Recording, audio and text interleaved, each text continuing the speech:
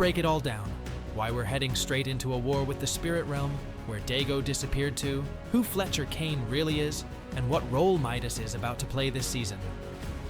As I expected, Charlie Wen is actually trying to create a connected story where NPCs aren't just lifeless bots, but actual pieces of the lore. Shout out to Chapter 4, where entire organizations vanished every time a new season dropped. That's why we delayed the invasion of darkness from the spirit realm. Plus, we managed to save Jade and Night Rose in the process. But the technique Daigo used to activate the portal triggered a full-on gold rush, and that's exactly what we'll be doing for the next 2 months. So yeah, the loopers are straight-up outlaws now. To really dive into all the twisted secrets and character relationships, I went through every new dialogue. And let me tell you, things on the island are seriously messed up. We've got a mad rat demolitionist building a nuclear bomb, a creepy Okami wolf running around stealing loopers' money, and way more weirdness. But let's break it down. First off, like I mentioned earlier, we temporarily stopped the invasion of darkness into Oninoshima. But that doesn't mean we can just sit back and chill while everyone... But almost nobody on the island is taking her seriously, except Jonesy. And speaking of them, Epic actually did something insane for the first time in forever. For the first time, we're seeing NPCs having full conversations with each other without a player being involved. No groundbreaking lore drops, but one huge thing Jonesy brings up is that the 0-point shard might not be the only one, and I called it last season. But even though the characters are starting to feel more alive, that doesn't change the fact that we're about to face a massive threat. Our biggest trump card in the fight against the spirit realm was supposed to be Dago, since, as we now know, Mask Guy understands this whole dimension better than anyone else. Only problem? Yeah, we've got one massive issue.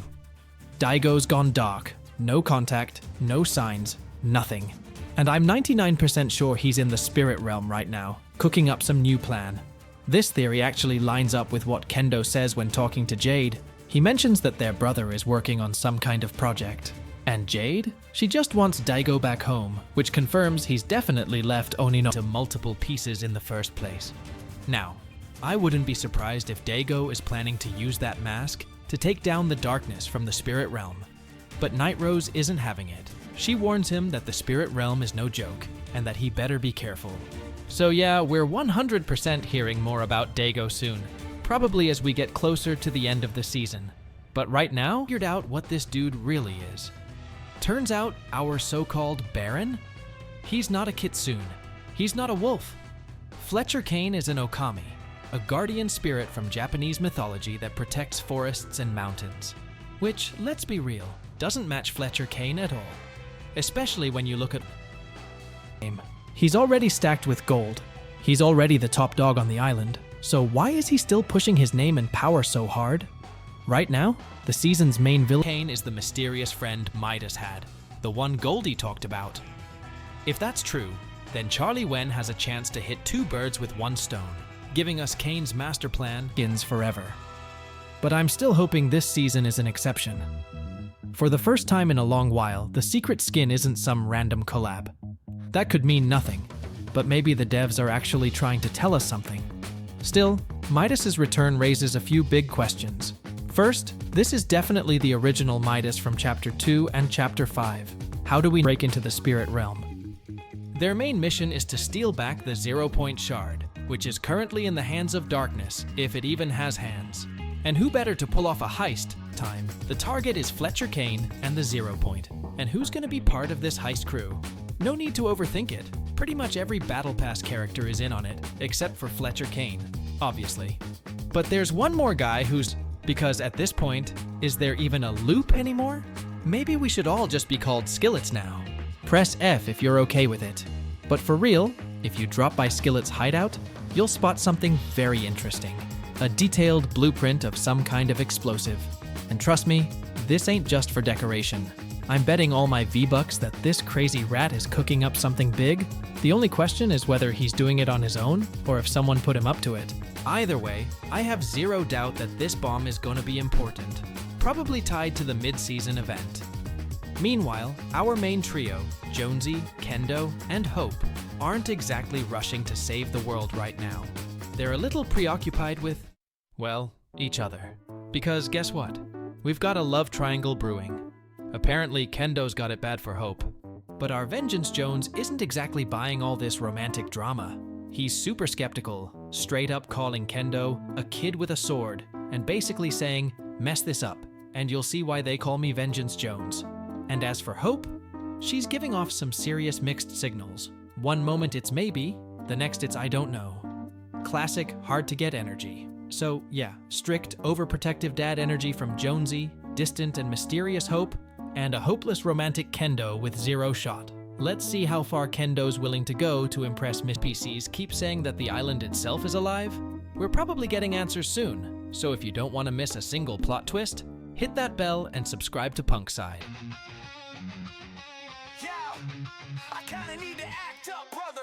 Kick, turn me up, so bring on the mayhem. It's about to be a knockout. Bringing out the big guns, putting all the stops out. This ain't what you expected. Buckle up, it's about to get hectic. One for the money and two for the show. Make it loud, yeah, that's all that we know. Foot to the floor, now we out of control. When I move, you move, everybody, let's go. Now run, run, run 'em up. Start up a rocket, yo, let's turn it up. Run, run, run 'em up.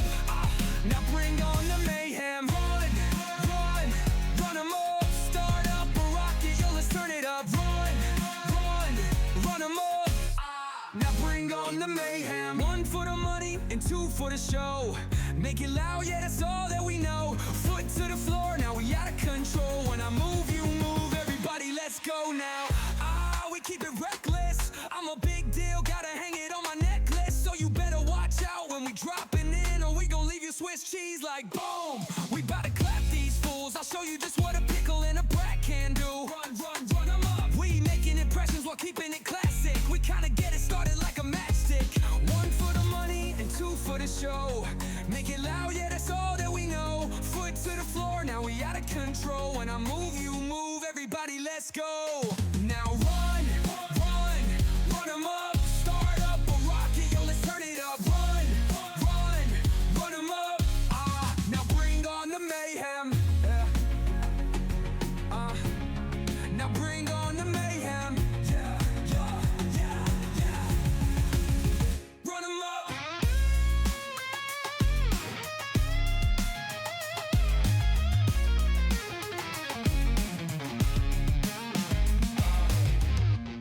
We keep it reckless. I'm a big deal, gotta hang it on my necklace. So you better watch out when we dropping in, or we gon' leave you Swiss cheese like boom. We bout to clap these fools. I'll show you just what a pickle and a brat can do. Run, run, run, run, run. Run, run, run 'em up. We making impressions while keeping it classic. We kinda get it started like a matchstick. One for the money and two for the show. Make it loud, yeah, that's all that we know. Foot to the floor, now we out of control. When I move, you move, everybody, let's go. Now run, run, run 'em up. Start up a rocket, yo, let's turn it up. Run, run, run 'em up. Now bring on the mayhem. Run 'em up. Everybody, let's go. Run 'em up. Everybody, let's go. Lawless has kicked off a brand new storyline, but at the same time, we finally got answers to some long-standing questions dating back to Chapter 4. Actually achieved last season? Rescuing Jade, Dago, and Kendo's sister. That's when everything clicked. For half the season, Dago's actions seemed suspicious, but in the end, we realized he was never working with the demons. He was trying to stop them. And when the final battle arrived, everyone backed him up. One way or another, Jade was freed. And now she's free on the map near Hopeful Heights. Our next mission? Finding a way into the spirit realm to retrieve the To uncover more, we head over to Demon Dojo, where we catch a conversation between Jonesy and Night Rose. She says, "I've seen some horrible things. Do you really think we can handle them?" Jonesy, being Jonesy, replies, "I've saved the world before. I'm ready to do it again." Classic Jones. But Night Rose seems uneasy. She mutters, "Maybe it's nothing." But you can tell she's holding something back. They're deep in research together, and Rose asks, "Do you really think this relic will save us from the darkness?" She's referring to the 0 Point Shard, And Jonesy delivers the key line. We need to figure this out before someone with bad intentions gets to it first. So Jonesy and Hope are working with Night Rose because she's the only one who truly understands the spirit realm, knowledge they need before diving in. But Rose needs time. If you go talk to her, she'll admit, "I know you need my help, but I just need a little more time." Now, let's check in on Dago. Like I said, he disappeared, but his sister Jade is still here. If you talk to her while playing as Kendo, she says, "I'm worried about Dago, wherever he is." Even Jade has no clue where he went. Nobody saw him after the event. But if you equip the Daigo skin and talk to Jade, her dialogue changes. "I'm really worried about you. Please, come back to us." That right there? A massive red flag. If Dago ever returns, he won't be the same. Stories like this follow a familiar pattern. A hero sacrifices themselves and gets lost in the darkness. In this case, the sister Jade. Even Kendo doesn't trust Dago. If you talk to Kendo while using Dago's skin, he straight up calls him out. "I know you're up to something. Stop, brother." And it's not just him. Jonesy doesn't trust Dago either. If you take Dago to him, Jonesy says, "We could have been friends, but it's more fun being enemies." Like, dang, no one's got Dago's back except Jade. So mark my words, either he's coming back holding that missing demon mask, or he's gonna vanish like Hope's sister Valeria did after Season 1 of Chapter 5. Hopefully, Charlie Wen has tons of lookout points that give a perfect view of the mountain. Just like we've seen in past seasons when certain locations were hinting at upcoming events, so I went under the map to investigate. Sometimes you can find hidden details about what's coming. And while I didn't find much, one thing is clear. The wolf and the mountain are separate. The wolf is made of black rock, while the mountain is golden. They're not actually connected. But what if Fortnite animates the wolf, bringing it to life? Just like the Mount Olympus statue did. Imagine golden light.